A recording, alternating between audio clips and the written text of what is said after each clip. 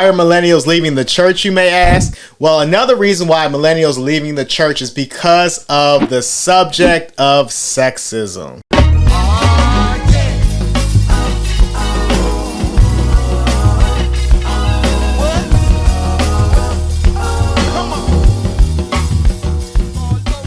That's right, I said sexism. See, the problem with a lot of our churches is that we still have sexist practices that we use even today. As a matter of fact, there are still some places that will not appoint women to be leaders of churches. See, the thing that they quote is that, there isn't a leadership role usually seen in the pastoral role when it comes to women in the Bible. Or maybe they feel, some people might not say, they feel like women may be too emotional and aren't able to lead a church the way that God has intended. See, but the problem with this argument is that God can use anybody or anything that he needs to accomplish his will. As a matter of fact, in the Bible, there's even a story where God used a donkey to accomplish his will. And so what I'm trying to say is that we cannot put limits on what God is going to do or who God is going to use. As a matter of fact, if you ask me, a lot of women pastors work harder, they're more effective, and they're more pastoral than their male counterparts. As a matter of fact, if you want to argue with me, that is fine, but don't argue with the Bible. So I'm going to read Joel chapter 2, verse 28. And what it says is,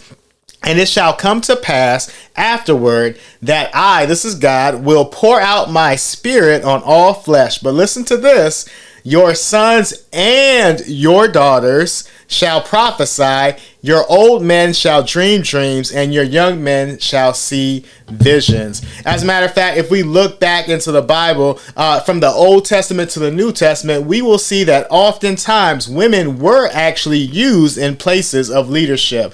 And one of the stories I can remember is this judge named Deborah, how she was used to rally up the troops and to lead the people in her spiritual role as a judge, someone that people came to in order to get a message from God. As a matter of fact, as we look in the New Testament, we see that there were women disciples as well. And there were people that led churches in the early church that were women. So there are so many examples of women doing a lot of great things. But unfortunately, the reason why a lot of millennials are leaving the church is because they're seeing this oppressive system that's not allowing women to use the gifts to the full glory of God that he has given them. And so one of the things that we have to start thinking about and start changing is the way we view women and where they belong in ministry. As a matter of fact, we're happy using women as long as they are in the children's ministry, right? Or we're happy using women as long as they're in the hospitality ministry. But the great thing about the way that God made women is that he gave them skills and gifts to be in all sorts of ministries, and there should be no limitation on whether they serve or their calling or even their credentials, because that right now is just outward sexist.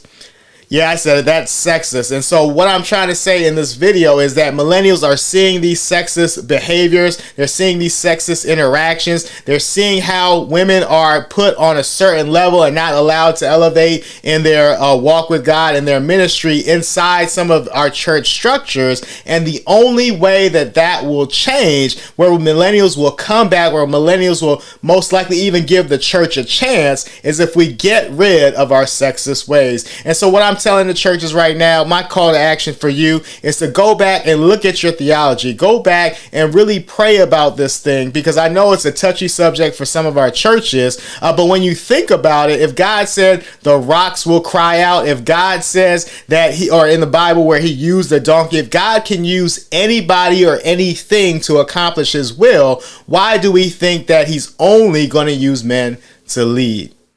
And so once again, if you want millennials to come back to your churches, you got to start giving more respect to our sisters.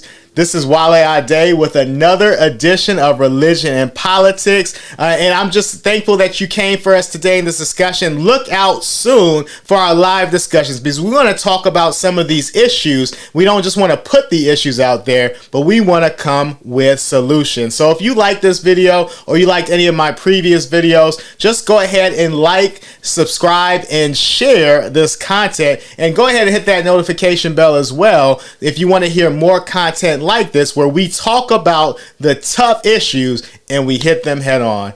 Once again, WaleAde here. Have a blessed day.